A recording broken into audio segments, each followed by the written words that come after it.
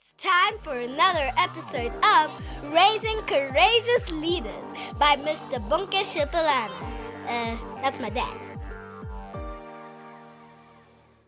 The title of my message today is I Got This. I got this.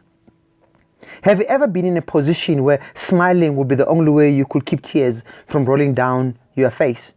Or found yourself crying not because what you're currently going through is too painful to handle, but because you have been fighting far too long and now you're just exhausted? I'm talking about moments in life when everything that you were good at, everything that you excelled in, everything that you were proud of, everything that defined you, and everything that differentiated you from your peers has suddenly turned into dust. Dust. Let's be honest, no one likes dust. Dust is always perceived as an element that infiltrates our clean space. Regardless of how perfect you have cleaned the table at home or in your office, when you come back a few hours later and wipe the table with a clean white cloth, you will suddenly see a sprinkle of dust.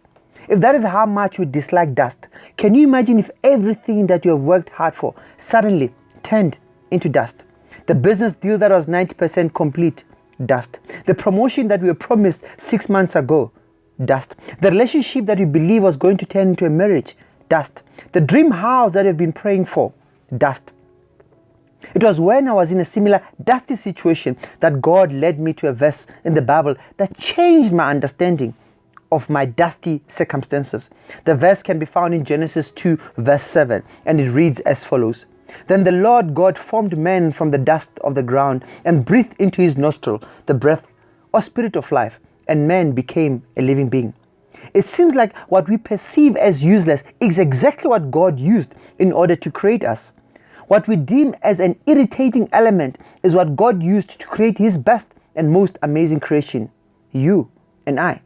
What I'm teaching you today is that even though you might be experiencing dust in your life, if God gets involved, the dust can and will change into a living solution.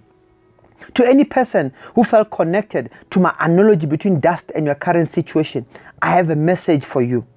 God is simply saying, I got this. Your business deal, I got this. Your promotion at work, I got this. Your relationship, I got this. Your dream house, I got this. Stop stressing.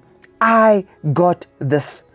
You're wondering what God means when he says, I got this. Let's go back to Genesis 2 verse 7 to learn the key steps that God practiced when he created us, his best creation, from dust. The first step is found in verse 7. Then the Lord God formed. What we learn from that verse is that it was never your decision or desire to be born or be formed into this world. The Bible clearly states that then the Lord God decided in his own mind and reason to create you. So we can conclude and agree that God is your manufacturer, and through the blood of Christ, you belong to him. Let's get something clear. If you're in charge of an expensive product or equipment which has a lifetime guarantees and it stops working or starts malfunctioning, what will you do with it? Are you going to give it to the teenager next door to fix it? Are you going to discard the product and never use it? I'm sure that most people will prefer to take it back to the manufacturer, the one who designed it. Today, God is saying, I got this. Bring the dust back to me. This is the same dust that I used to create you. The same dust that I'm going to use to resolve all your challenges that you're facing or going through. My question to you today is, what have you done with yourself? What have you done with the challenges that you're currently facing? Have you taken yourself or challenges to the teenager next door to be quickly fixed? Or have you just given up, saying maybe this is how things are supposed to be for me forever? Today, God is saying, I got this. Bring the dust back to me. I'm the one who decided to create you. I am your manufacturer. Genesis 2 verse 7 continues to say that from the dust of the ground and breathe into his nostril the breath or spirit of life. From that verse, we learn the difference between fact and truth when it comes to the creation of men. The fact is, what was there during the creation phase was dust. But the truth is that in the eyes of the creator or the manufacturer, it was man and not dust. So what transformed it from the fact to the truth, or rather from dust to man? It was the breath or spirit of life. It seems like dust in the time of creation and even today on its own, it's just dust. It's just dust. But when the same dust in the hands of the Creator, the manufacturer, the one and only God, receives or accepts the breath or spirit of life, a sudden transformation occurs in the presentation of this dust. First of all, the name changes from dust into man. Secondly, the man cannot do things that God has planted or instilled in him. So whatever dust or challenges you may have in your life, if you take it to God, you become a recipient of His breath or spirit of life. Two sudden changes are going to occur in your life. First of all, there will be a sudden name change from a business failure to a successful businessman or woman, from a junior position to a senior position, from being single to being a blessed couple, from the one who's paying rent to the one who owns a property.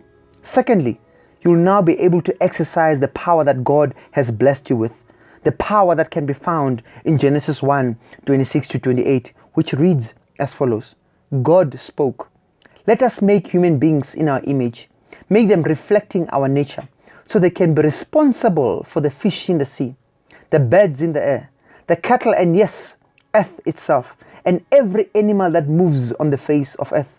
God created human beings. He created them godlike, reflecting God's nature.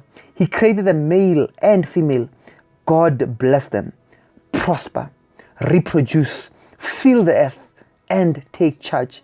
Whatever you believe is dust can change into a weapon that you can use to prosper, a weapon that you can use to reproduce, a weapon that you can use to fill the earth, a weapon that you can use to take charge. May God bless you. Stop waiting for someone to rescue you. You must have patience and engage in consistent action. Find the inspiration within yourself Patience to rise above and be your own hero. Join Bonke Shipalana on The Power Within